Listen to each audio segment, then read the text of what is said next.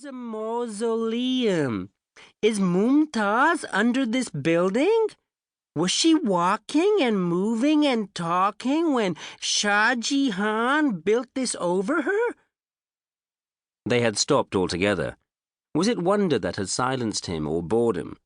He had tried to keep the child interested by spinning stories that he thought would catch the boy's imagination. Do you see how white the building is?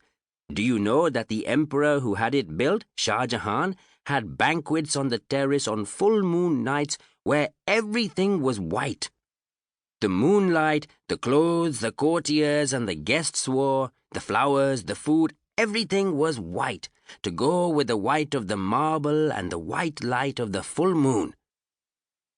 The boy had nodded, seemingly absorbing the information, but had betrayed no further curiosity. Now he wondered if his son had not found all this business of tombs and immortal grief and erecting memorials to the dead macabre, unsettling. His son was American, so he was not growing up as his father had, with the gift of ghost stories, first heard sitting on the laps of servants and aunts in his childhood home in Calcutta. Then, when he was a little older, read in children's books. As a result, he did not understand quite what went on inside the child's head, when novelties such as the notion of an order of things created by the imagination, residing under the visible world, and as vivid as the real one, were introduced to him.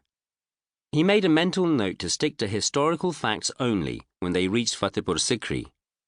Or could it have been the terrible accident they had narrowly avoided witnessing yesterday at the moment of their arrival at the hotel?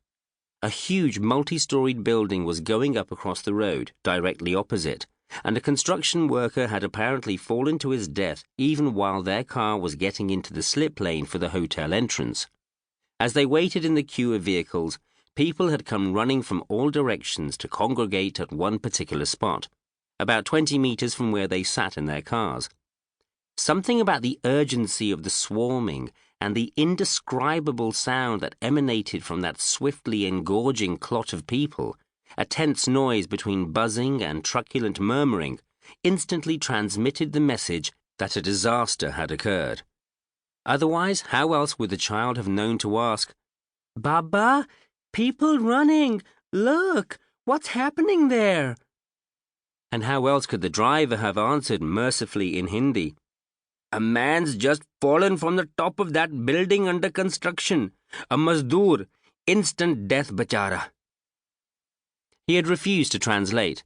He had tried to pull his son back from craning his neck, but as the queue of cars moved and their vehicle moved forward, through a chance aperture in the hive of people around the death, he saw, for the briefest of flashes, a patch of dusty earth stained the color of old scab from the blood it had thirstily drunk.